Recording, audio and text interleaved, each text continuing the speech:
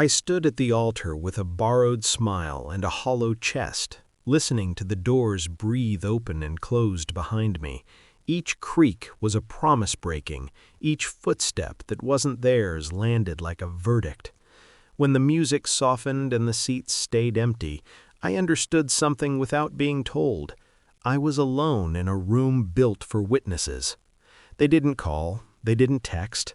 My phone lay face down in my pocket, vibrating with nothing. After the vows, after the applause that felt polite and distant, I stepped outside into winter air sharp enough to cut. I called my mother. She answered on the third ring, music thumping behind her voice, laughter leaking through the line like an accusation. "It's your sister's birthday," she said, as if that explained the absence of gravity. "We couldn't miss her party." I stared at the ring on my finger. Gold. Solid. Earned. "You missed my wedding." There was a pause. Not remorse. Calculation. "You understand," she said, and hung up. I did understand. I had always understood. I just hadn't admitted it to myself yet.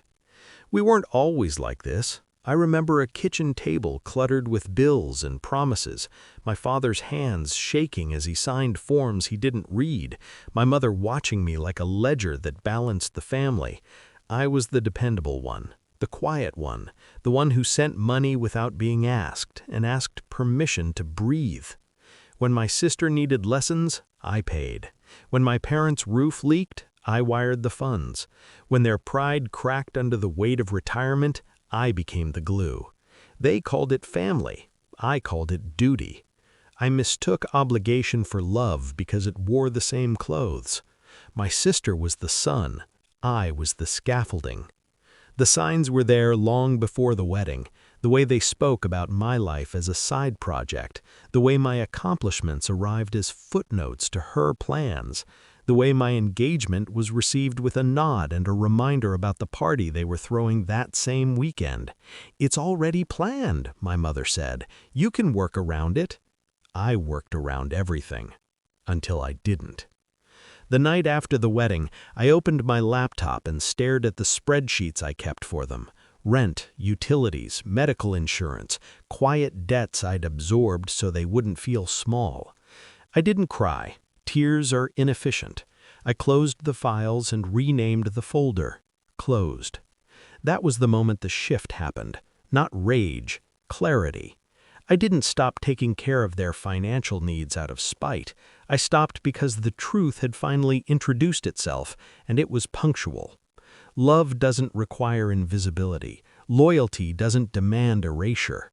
I had been paying for a seat at a table that never had my name on it. So I planned. I reviewed the legal documents I'd signed over the years, loans disguised as gifts, assets parked in my name because my credit was cleaner, a small rental property I managed quietly, the proceeds of which had gone straight to their expenses. I didn't rush.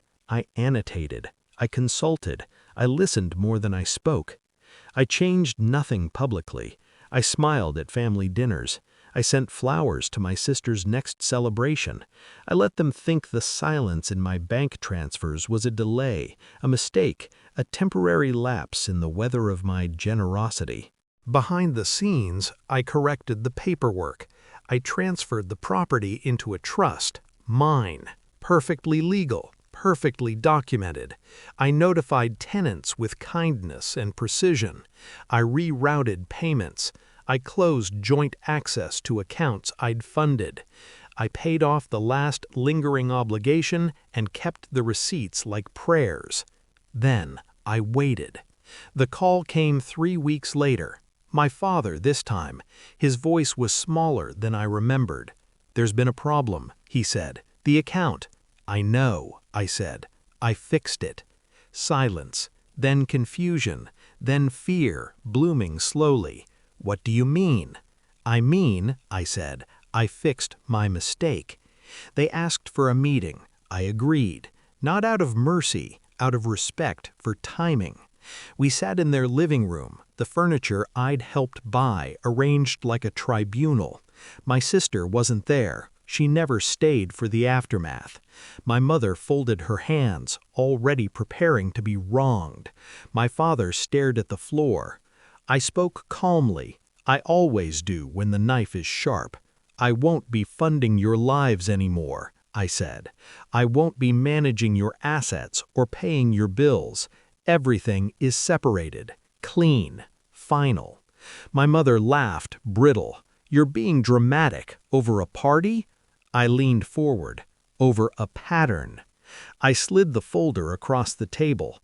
Not threats, facts, statements, titles, dates, proof that what I had given was mine to reclaim, and that I had done so without breaking a single rule they hadn't asked me to follow. My father looked up then, really looked. You wouldn't, he said, still clinging to the version of me that bowed. I already did. The realization moved through them like a slow bruise. This wasn't revenge they could argue with.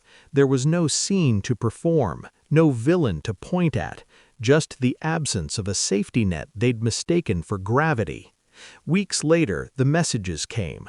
Apologies shaped like excuses, invitations shaped like ultimatums.